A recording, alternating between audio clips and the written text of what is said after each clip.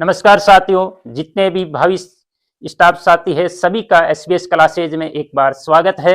और आप तैयारी आपकी अच्छी चल रही है और जैसे जैसे एग्जाम नजदीक आ रहा है वैसे वैसे आपकी धड़कनें भी तेज हो रही है। लेकिन इस बात का ध्यान रखना क्योंकि ये पात्रता है, तो आप आराम से आपने जो पढ़ा है उस वही तो आएगा और उसी के अनुसार आपकी पात्रता ही तो परीक्षा है, तो आराम से आपको 90 लेना है। जनरल है तो और बाकी जो रिजर्वेशन है उसके हिसाब से उसको कम लेके आने, तो इसमें कोई ज्यादा तनाव लेने की आपको आवश्यकता नहीं। आराम से आप रीट क्लियर कर जाओगे, आपको पात्रता मिल जाएगी।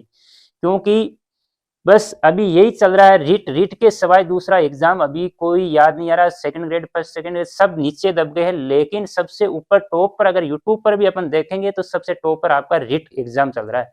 जबकि रीट केवल एक पात्रता है और जैसे जैसे यूट्यूब वीडियो जैसे यूट्यूब खोलता है, जैसे कोई कैंडिडेट आपका यूट्यूब खोलता है तो सारे वीडियो उसको रीट के अलावा तीसरा दूसरा वीडियो आपको दिखेगा ही नहीं। क्यों? क्योंकि सभी इसी पर लगे हुए। पात्रता रीट 2000 क्या होगा, 10 दिन बचे, 25 दिन में कैसे करेंगे, क्या होगा, तो सब कुछ नहीं होने वाला है।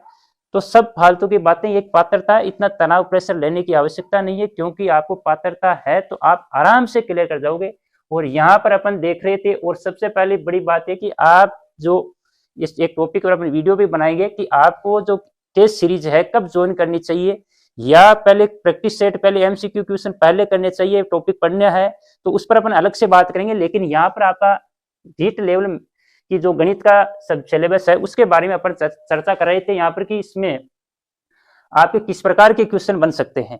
तो यहाँ पर चल रही थी पूर्ण संख्या में अपन सम विषम यानी इवन नंबर ओड नंबर सबके बारे में चर्चा कर सकते हैं।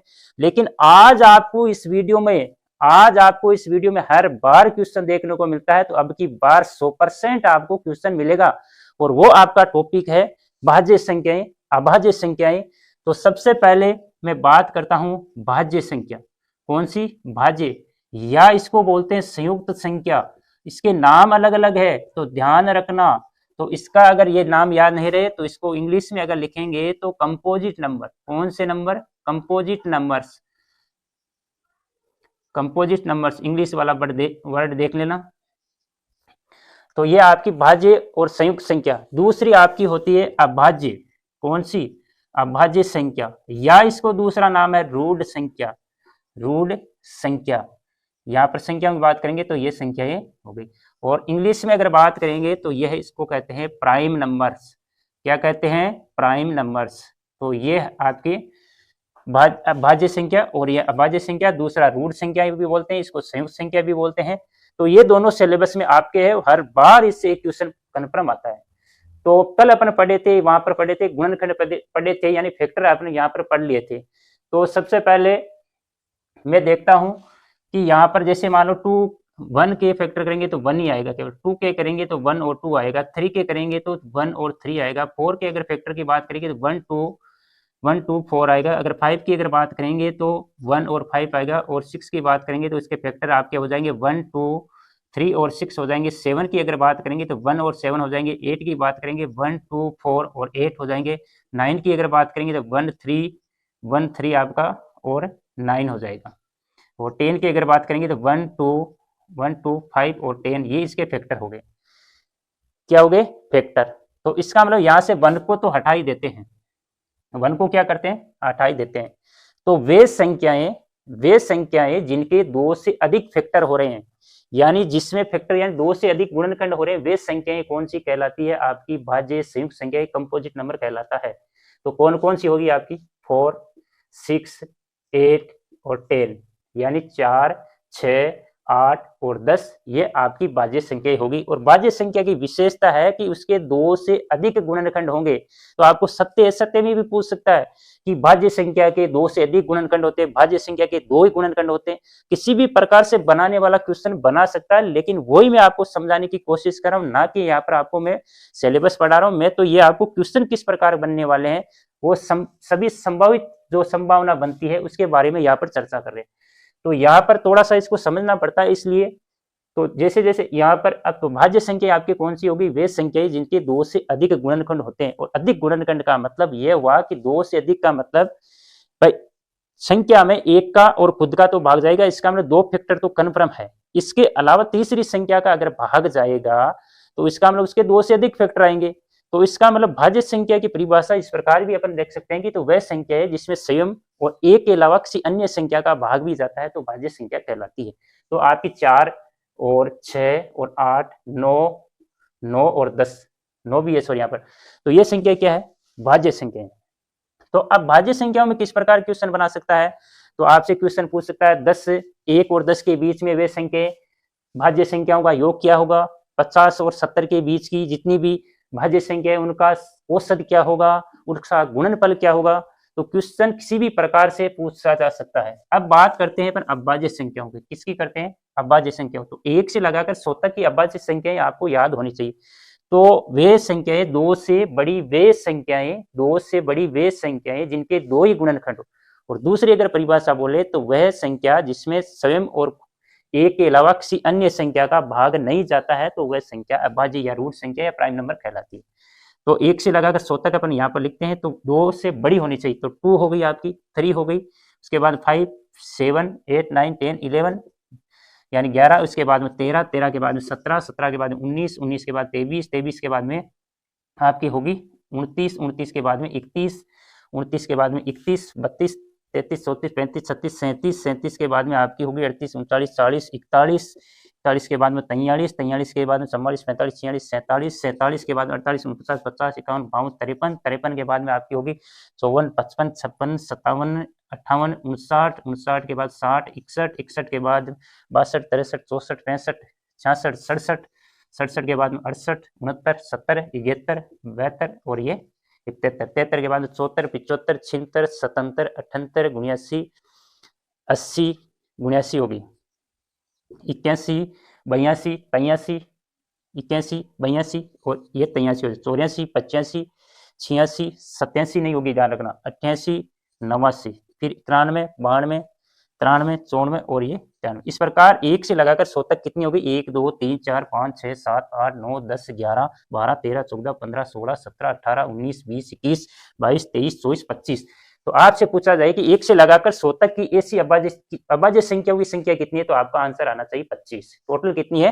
25। तो टोटल 1 से लगाकर 100 तक की संख्याएं कितनी है? 25 है।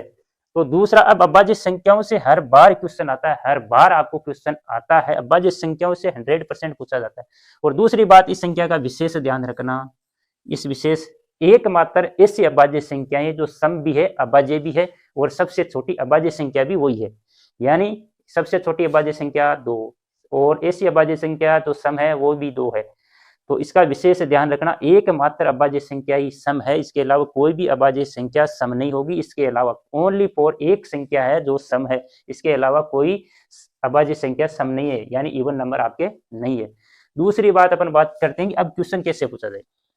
अभाज्य संख्या का टॉपिक है, संख्या का अलग से दे रखा है, लेकिन आपको क्वेश्चन 15 पूछना है, वो पहले ही बता चुका हूं कि इसको इसी संख्याओं को वो आपको अभाज्य संख्याओं की जानकारी औसत में पूछ सकता है कि प्रथम 5 अभाज्य संख्याओं का औसत होगा, तो वहां पर औसत का भी पूछ लिया और आपने अभाज्य संख्याओं का पूछ लिया, तो दोनों टॉपिक एक साथ एक ही क्वेश्चन में पूछ लिए। तो औसत भी पूछ सकता है, या 40 से 50 के बीच में कितनी अभाज्य संख्या है, उनका योग कितना है, उनका गुणनफल कितना है, उनमें सब 40 से 50 के बीच में जो अभाज्य संख्या है उनमें सबसे बड़ी अभाज्य संख्या कौन सी है, किसी भी प्रकार से क्वेश्चन वाला बना सकता है। इसके अलावा आपका कोई क्वेश्चन यहाँ पर बनने वाला नहीं है।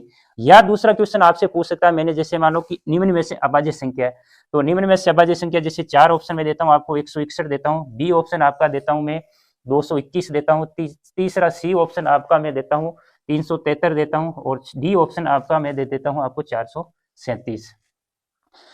तो यहां पर देखते हैं कि अब यहां पर इन संख्याओं में या तो मान लो कई बार विभाजकता के नियम अपने पढ़ लिए हैं, तो विभाजकता के नियम से कोई ऑप्शन कट रहा है तो उसको काट दो, नहीं कट रहा है तो आपसे 1 से स्टार्ट करके किस संख्या से डिवाइड हो रहा है उसका देखना।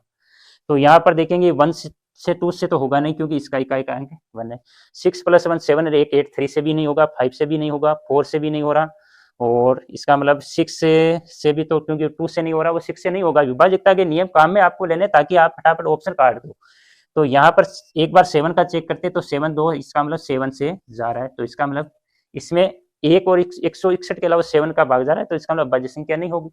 दूसरा 221 की अगर बात करें तो यहाँ पर आपको ये 13 से भाग जा रहा है, तो एक एक करके आपको चेक करना है, तो ये ऑप्शन कट कर देना है। उसके बाद में इसमें 19 का आ जा रहा है, तो इसका मतलब ये ऑप्शन कट कर देना, आपकी अभाज्य संख्या ये बचेगी। इस प्रकार आपको चेक करना है, ये क्वेश्चन गलत नहीं करना है, क्योंकि इसमें क्वेश्चन में गलत होने के चांस सबसे ज्यादा होते हैं। अभाज्य संख्याओं को पहचान करना बहुत मुश्किल होता है, इसलिए आप आराम से एक एक ऑप्शन को चेक करके देखना है। और तीसरी बात अपन यहाँ करते हैं, आपसे पूछ लिया जाए आपके टॉपिक में सह अभाज्य संख्या, तो सह अभाज्य यानी को प्राइम नंबर, को प्राइम नंबर। तो सह अभाज्य संख्या कौन सी होती है, तो सह अभाज्य संख्या, सह का मतलब साथ साथ, तो सह अभाज्य संख्याओं में दोनों अभाज्य संख्या भी हो सकती है और एक भाज्य और एक अभाज्य संख्या भी हो सकती है, यानी दो ऐसी संख्याएं जिसमें एक के अलावा कोई कॉमन फैक्टर यानी कोई कॉमन उसका गुणनखंड नहीं होता है। यानी कहने का मतलब है कि सह अभाज्य संख्याएं वह संख्याएं होगी जिसमें आपको उस दोनों संख्याओं में एक के अलावा किसी अन्य संख्या का भाग नहीं जाएगा, वे संख्याएं आपकी सह अभाज्य संख्या कहलाती है।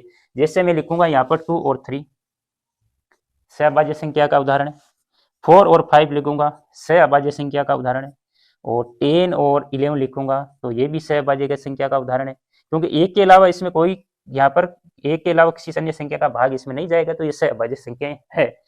और गुणनखंड अपन पढ़ लिए थे, गुण तो अभाज्य विशेष तौर से इसका ध्यान रखना, इससे 100% आपका क्वेश्चन आएगा। अभाज्य संख्याओं को अगर पढ़ लिया तो ठीक है, नहीं पढ़ा है तो अच्छी तरीके से एक बार फिर पढ़ लेना, आपको 1 या 2 क्वेश्चन यहाँ से मिलने वाले, क्योंकि हर एग्जाम में अगर अभाज्य संख्या का क्वेश्चन आ रहा है तो आपके रीट की पात्रता में क्यों नहीं आएगा, तो इसका ध्यान रखना। तो अब नेक्स्ट वीडियो में अपन पढ़ने वाले हैं, देखेंगे, आप कमेंट करना कौन सा टॉपिक पढ़ा जाए जो आपका वीक है, उसी टॉपिक को अपन उस पर चर्चा करेंगे अगर आप कमेंट करते हो, और नहीं फिर अपन मेरे हिसाब से जो टॉपिक है वो लूंगा।